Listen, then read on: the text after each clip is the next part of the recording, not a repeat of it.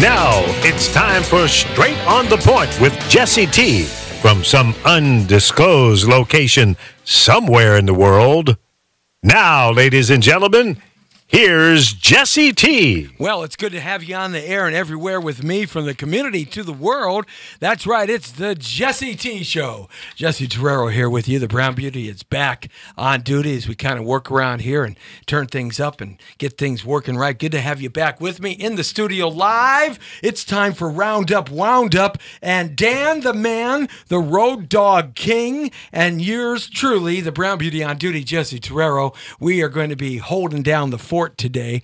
The Shark is on set doing a film all this week, and Michelangelo, he is on set working on a brand new TV series, a thing that they travel around all around the country. So he's in another state. He'll be checking back in with us on next Wednesday. The whole crew is going to be back with us here, so it's good to have you along with Dan the Man, the Road Dog King, and myself, Jesse T, here on Facebook.com/Jesse Torrero. Also on YouTube Live, and we can't forget about that, Jesse Torrero. We really want to build that YouTube site up. That's the next one to build up. We have about 90,000 plus shares on a regular basis every month. It goes out here on Facebook. I get this notification all the time from them. And also Google Plus is over 1 million now. I just got another post up from them. They send it to my email. It's surprising to me every time that they do that, because I just can't believe sometimes that there are that many people over the 5 listeners and viewers that I think I have. Because really, I think it's just 5 of you standing at your computers hitting the share button 1 million times. That's really what it is. I have 5 listeners and 5 viewers out there, and I love you all very much. I can only control a harem of 5 at any one time, okay? Thank you very much. I do need some vitamin B12. I am feeling better, though, that's for sure. I've been down and under the weather the last couple of weeks here, so I've been sleeping 10, 11, and 12 hours. It's amazing that I'm sleeping so much. It's funny how your body wears down and you don't know that it's being worn out, and then all of a sudden, something happens and you're out cold for days. For me, it's been a couple of weeks. So good to be back with you here, feeling a lot better in that respect. Hey, a lot of things to talk about today, but I do want to bring on the man to my right, or camera left for you. It's Dan the Man, the real dog, baby, the real road dog, the king of road dogs, Dan the Man. Hi, I'm Mr. Inappropriate. I just like to say one thing. I don't understand the point of these lap dance clubs. I mean, if I need someone to take all my money and sexually frustrate me, I might as well stay home with my wife. I don't get it. I don't get it. I don't get it. I don't get no respect at all. When you go into a lap dance club or a strippers club, or now they call them so eloquently and beautiful, a gentleman's club. When you go into there, you really got some sort of play going on when even the strippers don't want to do a lap dance for you. I mean, you can't even give them $20 or whatever it costs. I have no idea what it costs these days to go into those, quite frankly. I know it costs a lot of money to buy a 7-Up there, that's for sure. But other than that, it's pretty amazing. You're in trouble then when you go in there and they're turning you away. I'll say. Oh, really? You will say, huh? Well, you'd like to elaborate on that a little bit, Dan the Man? I used to be a legend, but it's all over now. All over who now? No comment. Oh, come on. You got to have a comment for that. Well, I knew a blind gynecologist once. Oh, no. He could read lips.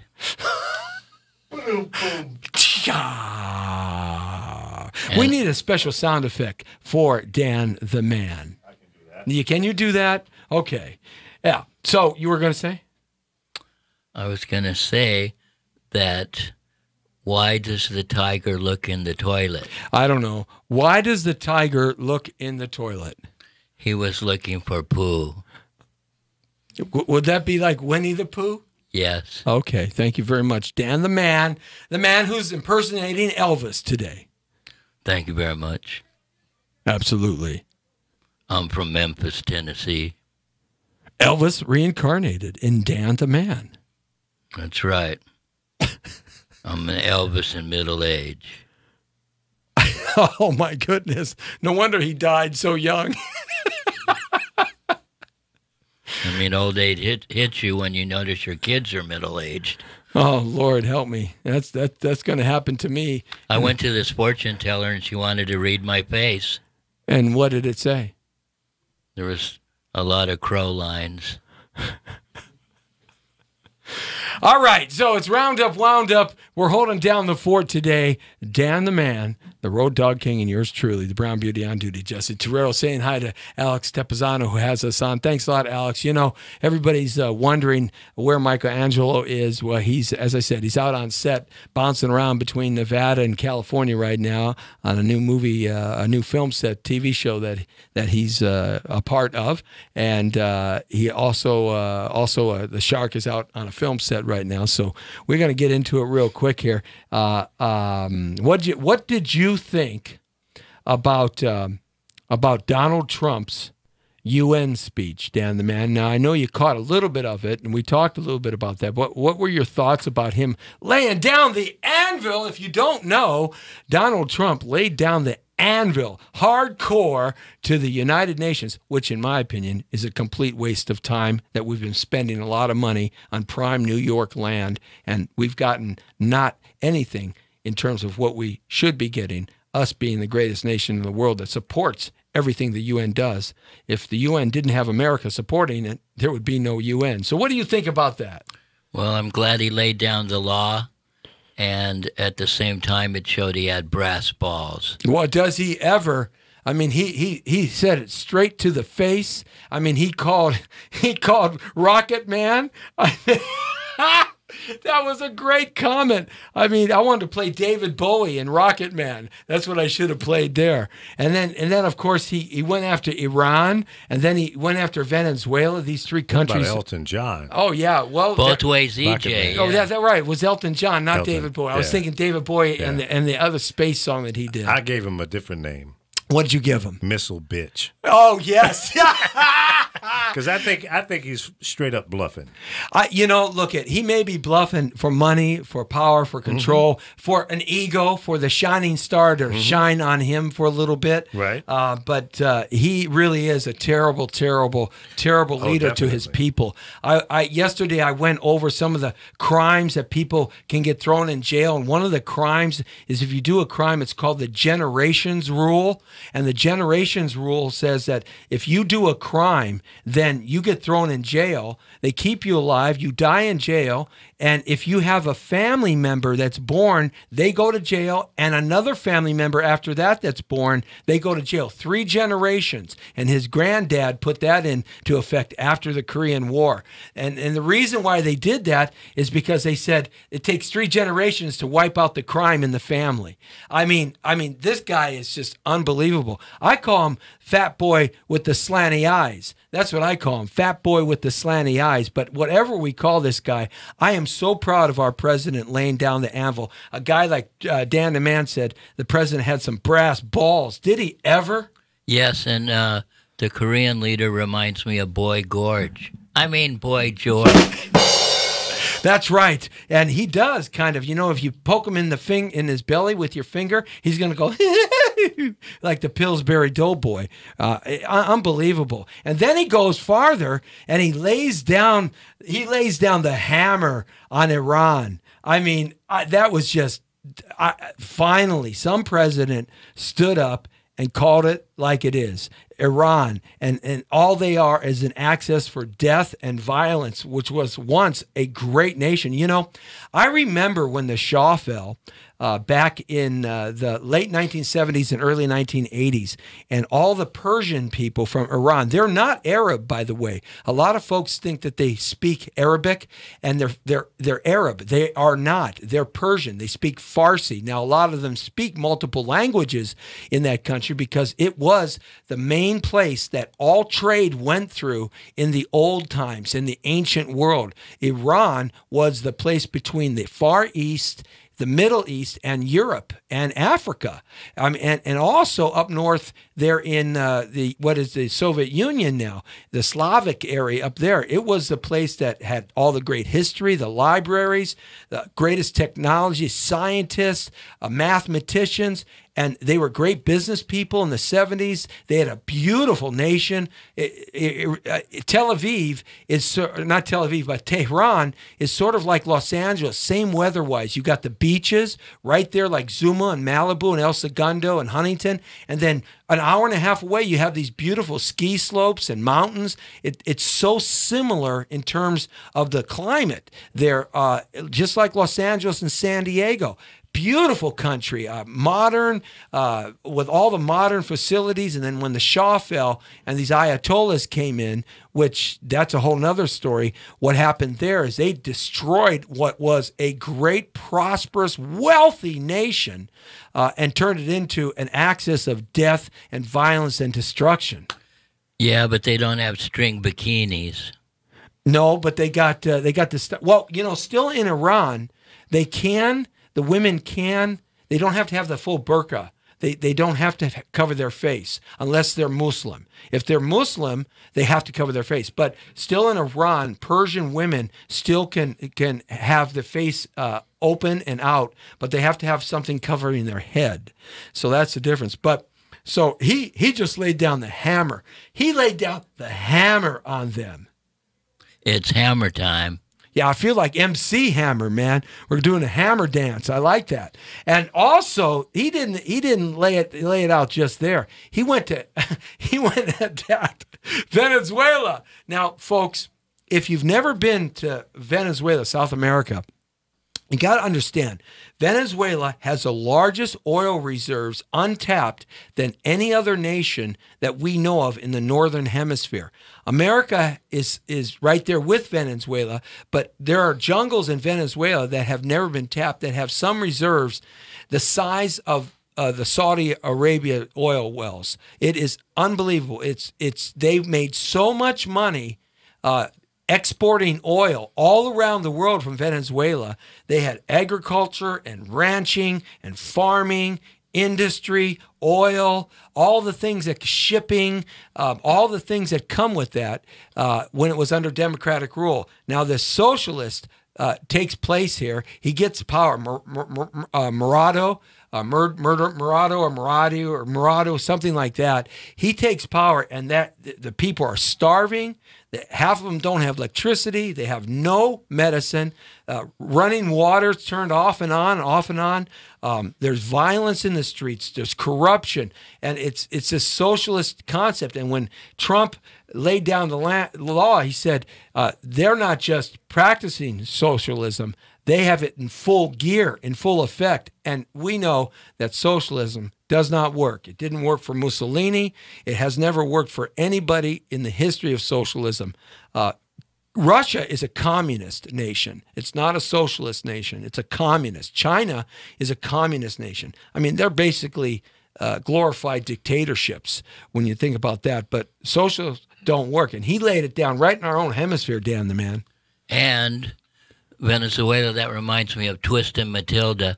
She taken me money and she run to Venezuela. Gary and the U.S. bonds. Oh, yeah. Another good one on the Jesse T Show. At my homeboy. Yeah, that's right. And I interviewed Gary U.S. Bonds, right, at EMI Records right across from Warner Brothers in 1979.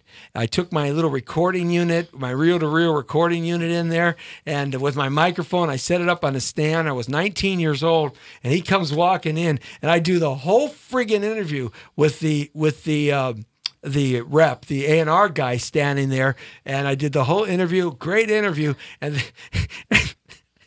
Then I said, I'm here with Gary U.S. Bonds, and I totally gave him the wrong song. I thought it was a completely different guy with a completely different song. He got so mad at me, Lee. Because he had kind of an attitude anyway. He kind of was one of those kind of street kind of attitude tough guys. At least I felt he was when I was 19. He was much older than me, and I said the wrong song. I kept saying the wrong song, and he said, "Turn the damn thing off." So I turned it off, and he lectured me. He read me up the riot act from head to toe, and the A&R guy was just like this, just with his head down in his hand, going, "Can't believe this guy did this. Can't believe." He got up and he stormed out. Gary U.S. Bonds out of that and slammed the door behind him. Your pal. That's what song did you? I can't even remember it, but it was. Give me his big hit. The quarter to three. Quarter. It was. I kept calling. There was another song I kept saying. 7:15. Something. It was something. I don't know what it was, but it wasn't quarter to three. Right? Wow. No, 96. 96 Tears. Yeah, 96 Tears. No. Yes, 96 that was, Tears. Somebody was a question mark in the Mysterians? Yeah, that's right. I said, I'm saying 96 Tears, Gary U.S. Bonds, no. and he looked at me. He's like, "Are you stupid or what?" Yeah, I was 19. What did I know, God. man? That was like one of the biggest interviews I had done at the time. What did you learn from that? I learned that I shouldn't make mistakes like that, and if I do, I better be able to get myself out of trouble. No, real quick. It should have been better show prep. Oh well, Let me tell you, 3 years ago, research, dude. 3 years ago, I'm out in Ventura. Okay, this is no lie. Lord. 3 years ago, I'm out in Ventura, and there's a festival going on, and a lot of the guys are there, older guys are there, and Gerald Albright was there, okay? Mm-hmm. Gerald Albright. And I kept calling Gerald Albright Freddie Jackson. Oh, no, God. This was just 3 years ago. Wow, you're lucky you didn't get punched out. Gerald Albright's a husky guy, man. Right. He's got a head the size of a basketball, and he's a husky, thick guy, at least in his older age. Right. And so it's completely dark. Hey, all you black guys look the same at night. What can I tell you? And so it's completely dark behind stage. They didn't have a light on. And I'm interviewing him, and I keep calling him Freddie Jackson. Freddie Jackson. He lets me do the whole interview. And then he goes, and by the way, that was a great interview. He was cool. He goes, by the way, that was a great interview, Jesse T. I said, thanks a lot, man. I've always loved your music. And I interviewed you when you came down through L.A. at K-Day a couple of times because he was real big in the 80s, Freddie Jackson. I mean, he was like, nobody was better than Freddie Jackson, right? And he goes, yeah, it's too bad, but I don't remember you from K-Day because I never did an interview at K-Day. Ouch. And I said, you're not Freddie Jackson. And he goes, I'm Gerald Albright. And I went, so I hugged him and cried on his shoulder. I went, right? Man. And he laughed. And I go, funny. I'm going to have to text him and say, I met that idiot that interviewed that thought you were Freddie Jackson. I know him. Oh, Lord help me. That's hilarious. Yeah, that's funny. I mean, so did I learn my lesson? No. Okay, thank you. Not. No.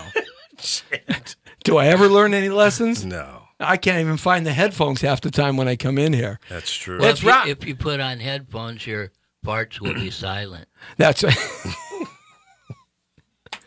Okay, let's get into Roundup Wound Up. Saying hi to a couple of people here. Patricia Ann Bradford. All right, and Lori Whitney's on. Why am I turning my head sideways? Can you figure out why I'm turning my head sideways? If you can figure out why I'm turning my head sideways, call us at 424-227-9461. You trying to drain water out of your ear? That sucks when you get water in your ears and you can't get it out and it swishes around there for like the whole day. Does that just drive you insane? I mean, that's the torture that I would love to give people. Drop droplets of water in their ear with those little droplets and shake their head a little bit and let them go crazy for a little while. Also saying hi to some other folks. Oh, my goodness, we got a lot of check-ins right here. Let me bring this up to date a little bit. Saying hi to Charles Young. Charles Young has us on a Roundup Wound Up. Saying hi to also Bridget. Hey, Bridget Gilroy. You know Bridget, she's in Texas looking for her mom. She flew out of here. She flew out of here about a week ago. Her mom's been missing, so we hope that she found her mom.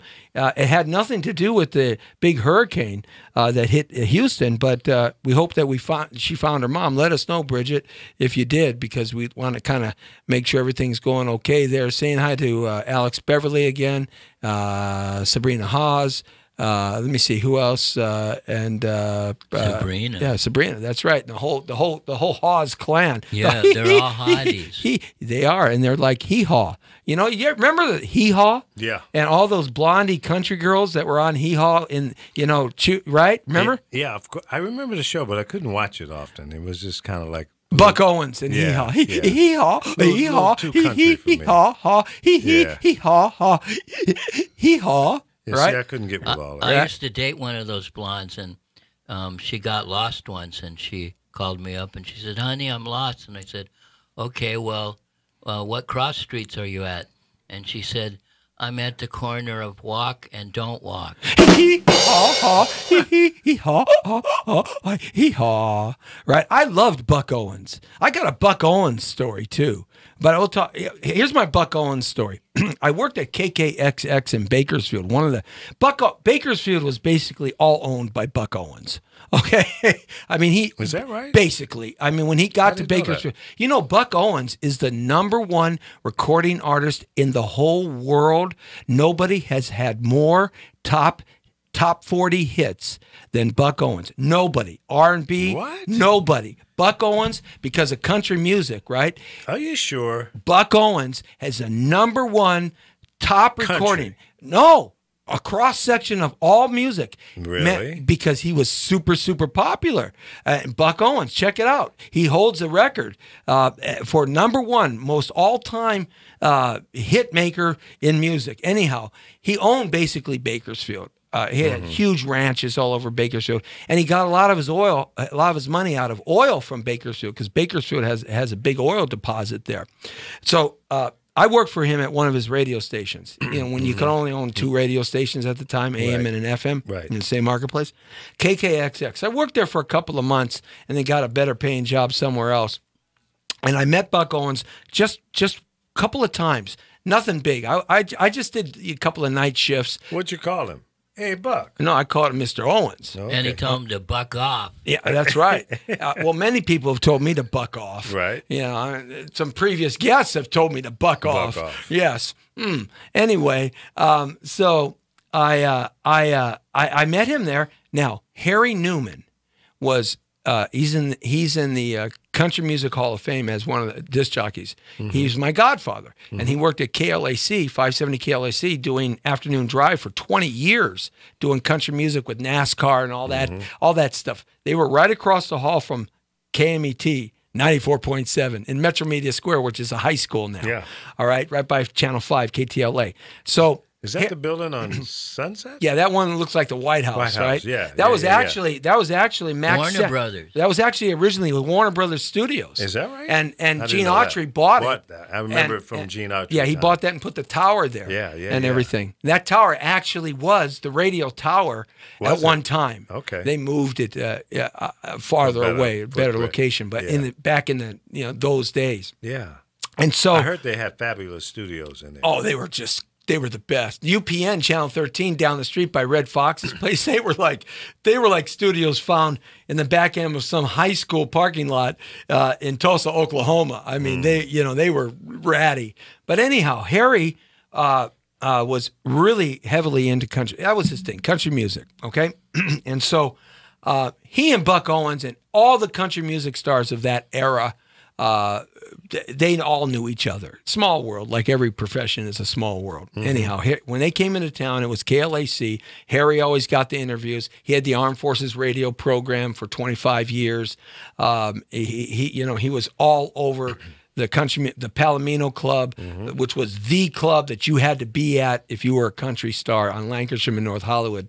Now it's Ricky Nelson used to go there. Ricky Nelson always went to a garden party. No. Oh, come on. No. Come on. Please. Come on. Pretty please. Please. Dan can sing, but you really should not.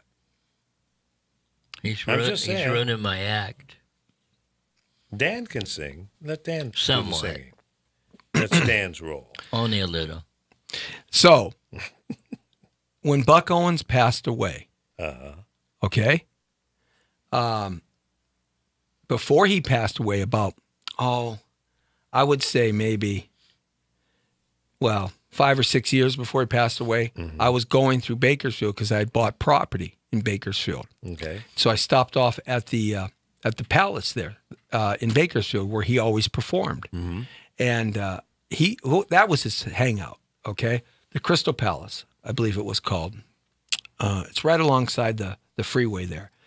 Anyhow, he was there rehearsing and whatever. So I walked in and I shook his hand, Mr. Owens, how you doing?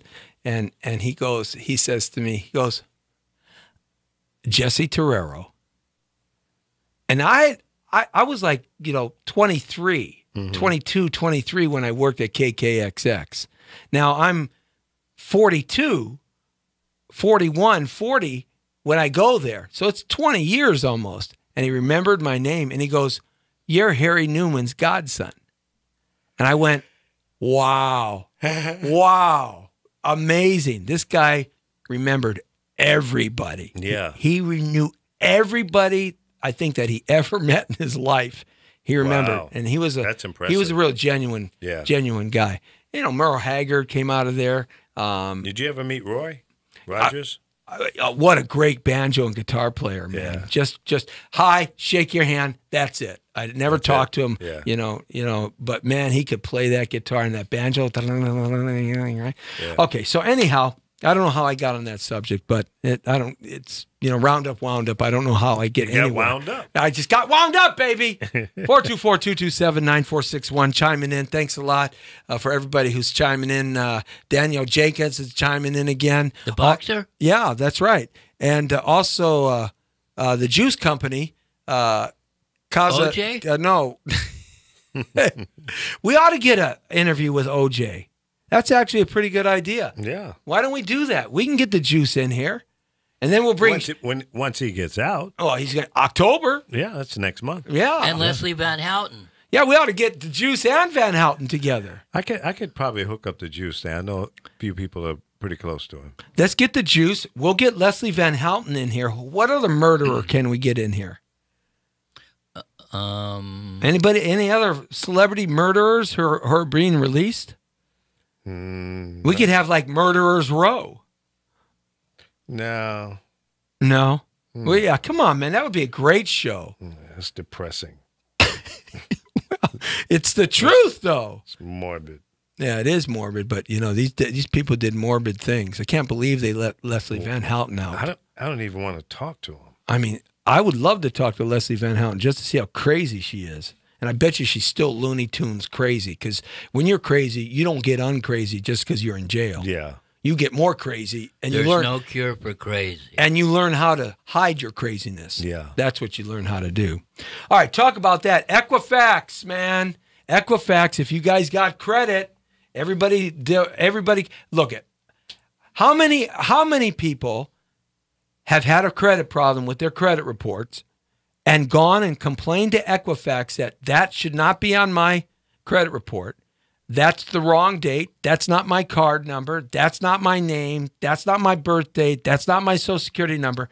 And how have you been treated by Equifax?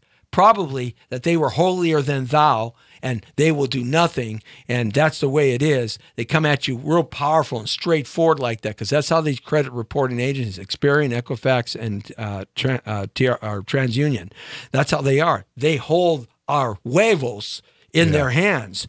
That's it. And now Equifax gets breached and hacked by some hacker where 143 million pieces of data go out about every regular. That's a third of America's population gets hit. Yeah. Okay, so what do you think about that, Dan the Man, and Equifax? It might improve my credit rating because I was at ground zero.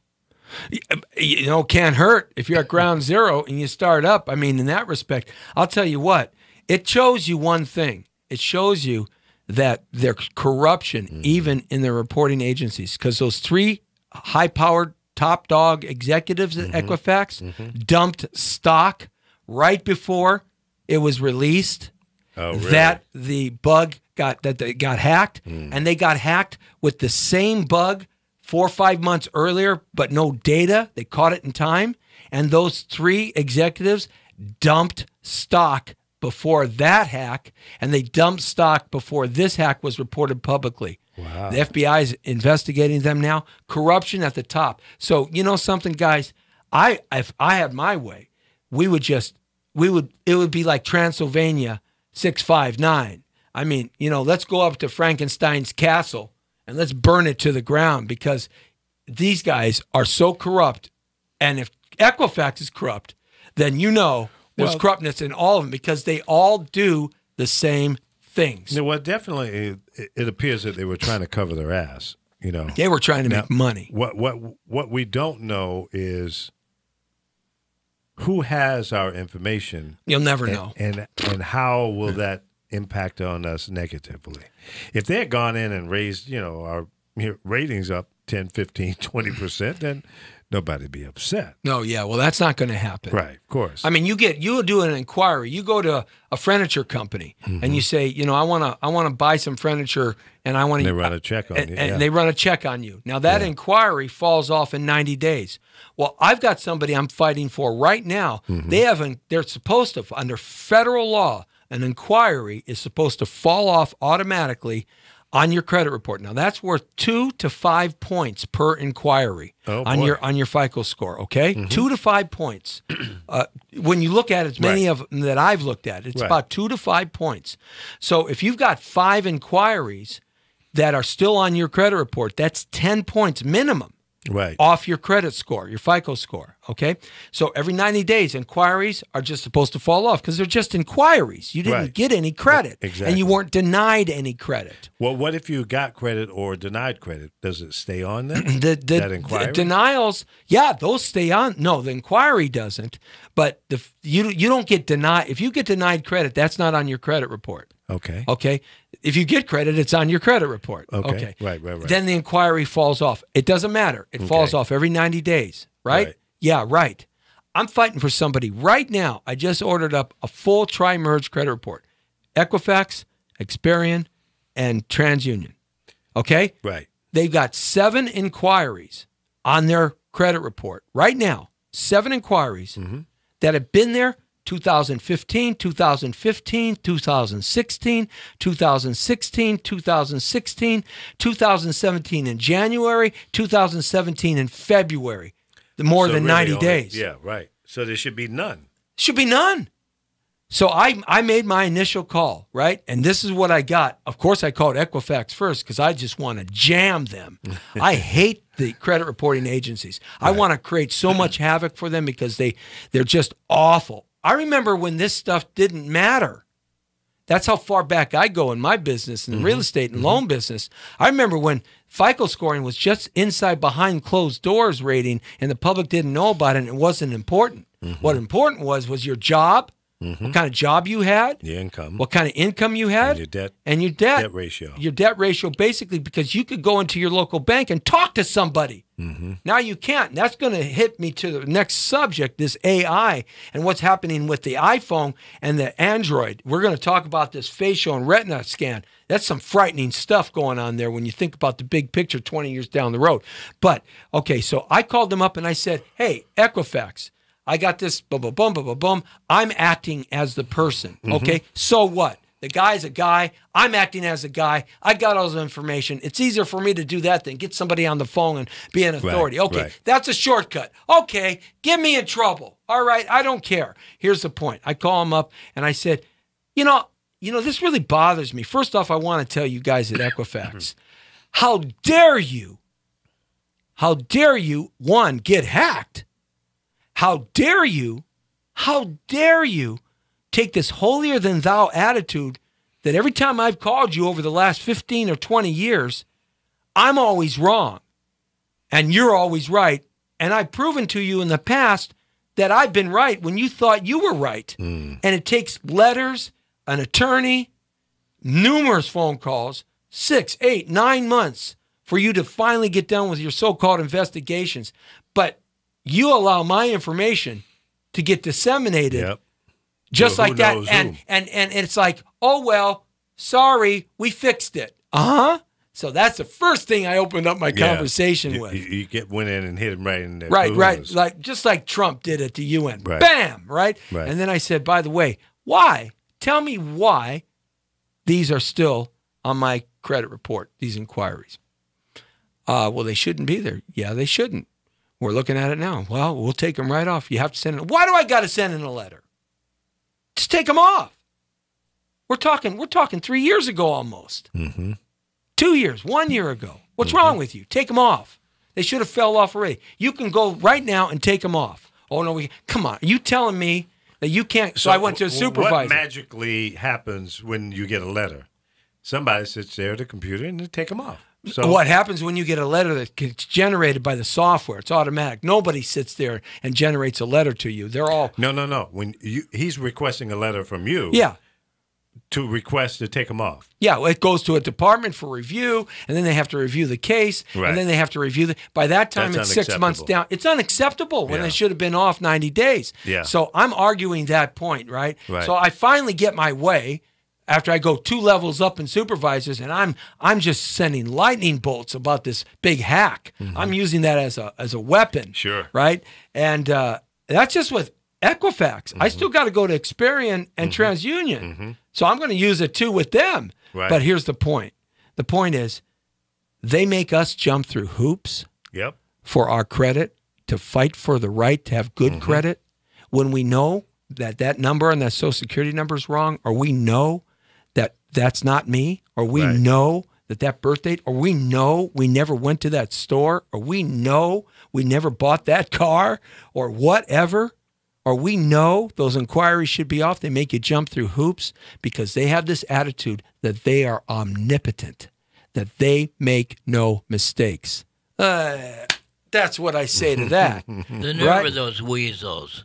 Absolutely weasels. Yeah. So this brings me over to a real quick topic that I wanted to talk about, and that is I think that the I generation, that's everybody born from now going back to 1995, they're now got a name. They're called the I generation. They've been named by the people that do the censuses, and what are they called? They're called what are the people that study population birth rates and deaths and population? You know what I'm talking? They're called. What are they called? They're called something specifically, not demographics. No, they're called. But these people, they study that. Okay, right. They've named the new generation. That's the I generation. Do they? Are they the same people that name hurricanes? Well, I wish they would name some hurricanes. You know something? I think they should name her. I don't mean to throw you off, but I was just curious. Dan the Man, how come they don't name hurricanes with African names, or like names that many black folks use to name their families, like Kamika or Jamal or Hurricane Zimbabwe, or what? It's coming. No. What? I think it's racist hurricane naming. We have. You're asking the wrong person. Why don't you ask Marion Makiba? Well, Puerto Rico got slammed today. Ooh. Like it was so much wind, it knocked the leaves off of palm trees. You know how hard that is? I know. You know? Are you kidding me? It was taking the sides of buildings off. Yeah. You see that earthquake in Mexico? Yeah. What about Mexico? Yeah. Terrible. There's another one Pray in Japan. for Mexico and Puerto Rico. Japan, and 6.5. too, yeah. That, man. And there was another one. That's a HARP system. Where was the other one? At? That's going right Australia, to a tsunami. Almost hit. That's almost hitting the same place that Fukushima did 6 years ago, where the earthquake out in the ocean. Right. And that's headed right to Fukushima. Again? All right. Do you think that this hydrogen bomb that the mental midget from North Korea blasted off has anything to do with these earthquakes? No, I don't think that slanty-eyed rat bastard.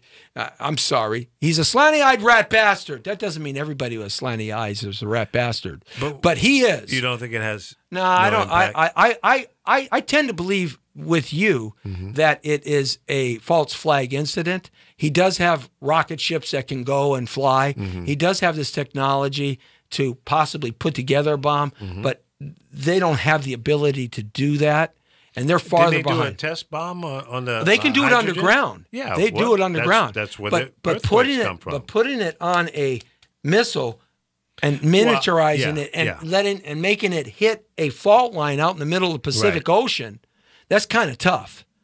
Okay, and they don't have nuclear submarines; they have diesel submarines. So that's kind of tough. How do you do that underwater with diesel? I don't know. It's noisy as heck. I mean, run silent, run deep. No, thank you very much. Right, full rudder. Right, that's right. Great movie. I mean, you remember that one? I mean, they still when their ships get rocked underwater, they still leak from the pipes, right? Exhaust. You always knew the ship was in trouble when the submarine was leaking. Yeah, I mean that's a sure sign, right? Oh, yeah, no the sub's question. leaking. Yeah, if I was a World War II submariner, and I was a World War II submariner, and the ship was leaking, I don't care what anybody told me. The ship's okay. No, the freaking ship is leaking.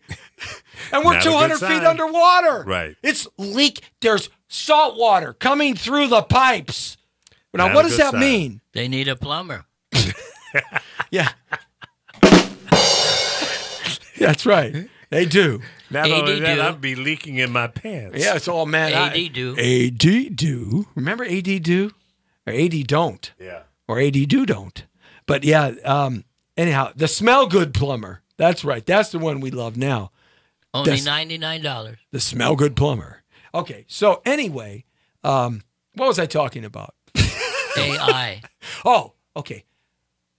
Oh, no, I got sidetracked with naming hurricanes. Well, tell the people what AI means. Artificial intelligence. Okay, I thought it was artificial insemination. I'm on the wrong subject. Well, that kind of reminds me of you in your old age when you were That's sperm. right. No copulation without representation. Yes, absolutely. That's what kind of show this degraded to. Jeez. Michelangelo, the shark, we need you. Where are you guys at? That's why I'm Mr. Inappropriate. That's right, and I love it. I love it. Would you tell the testicles joke? Oh, how to tell if your girlfriend's ticklish? How? Give her a testicle. How else? Oh, my goodness. This has suddenly turned X-rated. Oh, Lord. You shouldn't encourage me. That is true. You have to have a sense of humor and a dirty mind to be happy. Or dirty thoughts on a clean wall. That was a slow curveball to the kneecap. Yes. Or you could have clean thoughts on a dirty wall. Well, isn't that what you said? No, I said dirty thoughts on a clean wall. Okay. Versus clean wall and dirty thoughts and clean. Okay, so artificial intelligence. You're in that wall. Artificial intelligence. Now look at already the computer systems are taking over. Crypto economics is taking over. Okay, we've got all of our money being put in e-commerce now. The stores. Some stores don't even take cash anymore. I've walked into stores where they won't even accept cash. Really? Yeah.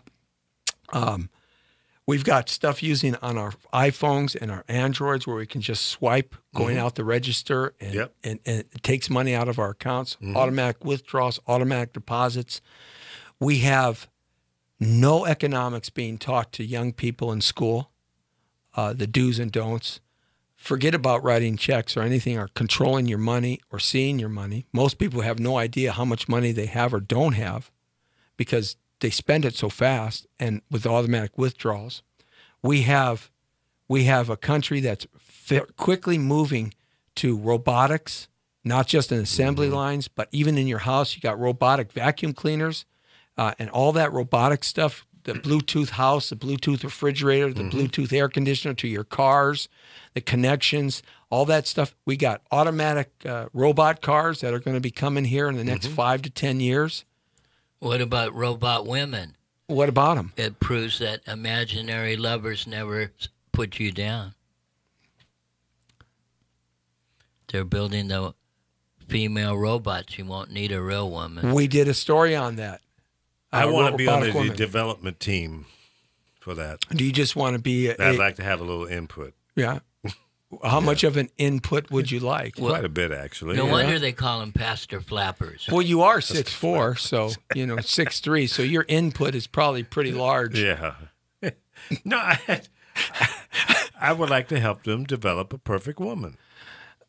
She cannot have a big rear end, as far as I'm concerned. Well, we'll have different models. So for those who I like the slender, athletic type. Okay. Yeah, but we can have I don't that. like the Kardashian type or the J-Lo type where the rear end is bigger than the top. It looks like a turnip. Yeah, but the bigger the I cushion, won't turn it down. the easier the pushing. Yeah, but unless you can got something that you can push, you're going to get lost in the meadow. Well, that's the shortcomings of life. Sometimes people do have shortcomings. That is true. Now we've really degraded down. Oh, God. I'm talking about AI and AI intelligence, and you're talking about the local porn shop having AI robots. Well, you better get to the point. Okay, here's the point. We have a whole 2 generations now that don't know any different. With the iPhone 10s, it's facial recognition. You just gave up your face to Apple, one of the largest technology and data companies in the world, tied to military and governments all over the planet Earth. With the Samsung Note 8, the brand new one, you can do facial, retina, and fingerprint or numbers, okay, like we do now, okay? So what we're having is 2 generations of young people now that don't know privacy anymore. Yeah. And that's frightening. And they're willing to give it up for convenience. And they're willing to give it up for convenience. Yep. And they're also willing to give up their money for convenience as well, because they don't know the amount of money they have or are spending on a daily basis. When you used to write a check or pull cash out of your pocket, you always knew what you had. And when you didn't have ATMs, you actually had to go to the bank and withdraw some cash. And you always knew what you had. Now you don't, because most people take that receipt, toss it in the trash can, back on the way to the car. Yeah. So we have 2 generations of young people who I think what's happening now, can you imagine 20 years from now when our whole life is robotic? Yep. And AI has taken everything, and AI can begin to talk to each other in the next 5 to 7 years. That is a frightening thought. Folks, you're giving up your privacy of your life, your face, your eye retina, your blood, your fingerprint, your money, your Social Security. You're giving up everything just for convenience, and it's not going to be a good thing. I better quit using my disaster charge. What's a disaster charge? A credit card.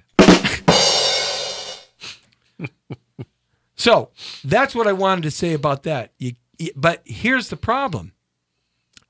If you don't participate, there's going to become a time that you're not going to be able to buy food, power, water, gas, a car, a house. You're not going to be able to buy medicine, because if you aren't chipped in some way, and this is the way the chip is. It's not 666 tattooed on your wrist. It's chipped this way. Maybe not in the back of your neck like they're doing in some European countries to babies. But this is how they're going to control it. This way, through the iPad, through the notepads, the tablets, through the iPhone, and through the Androids. Well, it's only going to be effective to people who are using those devices, and more people are using them. The next generations, that's all they're going to use because that's what they grew up with and are trained to use. Yeah. They're not trained in any other way, shape, or fashion. Well, it falls back on parents to make them aware of the potential danger. Here's the problem, though. There's going to come a time where you're not going to be able to get the essentials. So whether you know about the danger or not, it's irrelevant because if you want some food and you want your power turned on, or you want to be able to take a vacation, or whatever it is that makes the quality of your life the quality of your life, whatever that is, you're not going to be able to do it any other way, and it will happen automatically. Literally, at the swipe of a hand, like a magic wand, it'll happen. And at some point, people aren't going to know any different. And my argument is they already don't know any different. And that's why we have a corrupt government and a corrupt banking system and a corrupt credit system and a corrupt corporate system around the planet, just not in America. That's why they can do and get away with whatever they want, however they want, whenever they want. And the only time that they get in trouble is when a mass amount of people get affected all at once, like Equifax, and an uproar happens. The challenge to that is most people in the last two generations, especially the millennials and the I generation, they don't know any different, and they don't know how to get an uproar but break windows and put graffiti on doors. Again, it goes back to parents and grandparents who have to instill, what we know based on our experiences in life and help them understand that, these are the things that you might not want to do. Well, you're not going to be able to even have that choice, I think, within the next 10 years on many things. Because if you want a new car, you've got to be on this system. Because this system checks your credit, checks your finances, checks your bank account, and you can't get, and that's what they're going to want. And so I'm already seeing it in the lending business. There are whole groups of levels of the lending business where there is no more employment because it has changed so fast.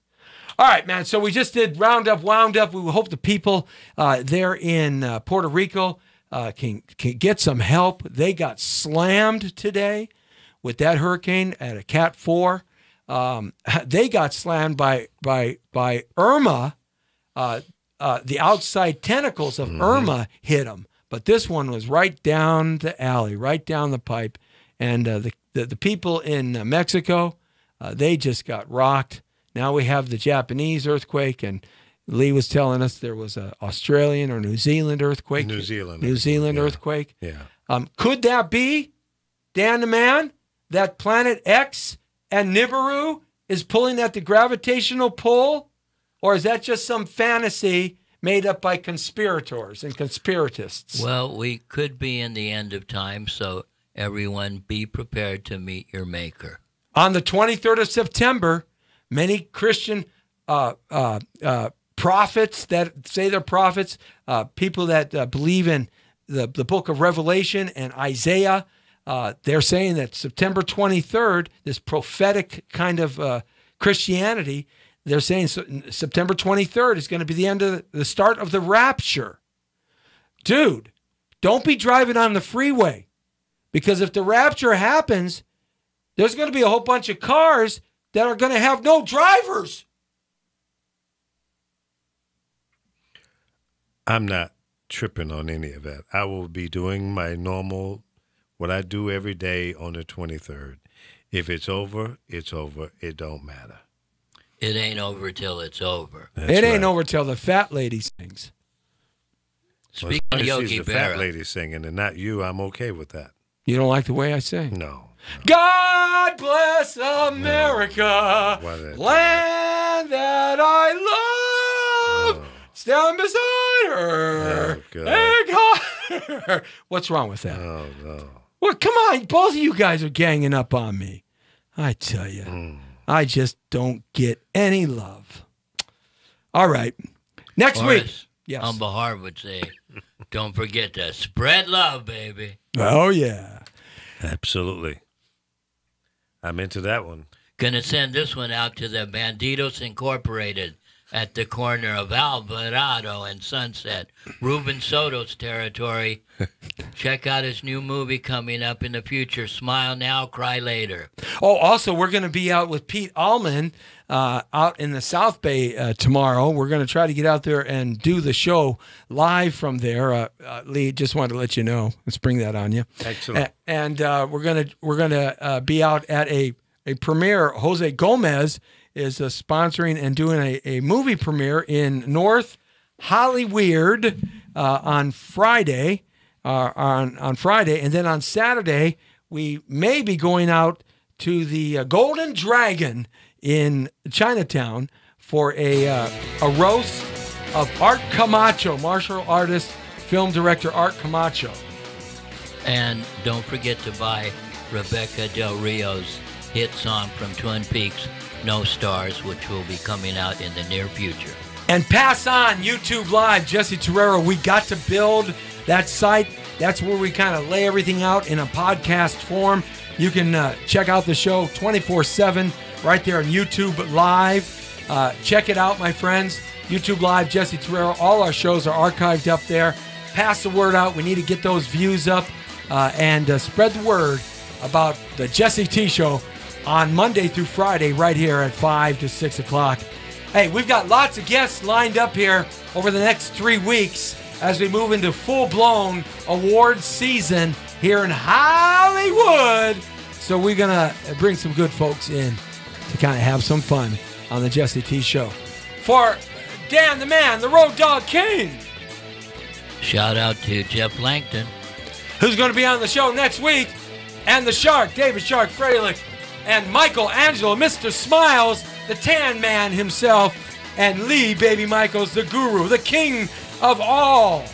the Candyman can. The Candyman can. He sprinkles it with love and makes the world go round. And me, Jesse T, singer of all songs. The Brown Beauty's off duty. See ya! Bye.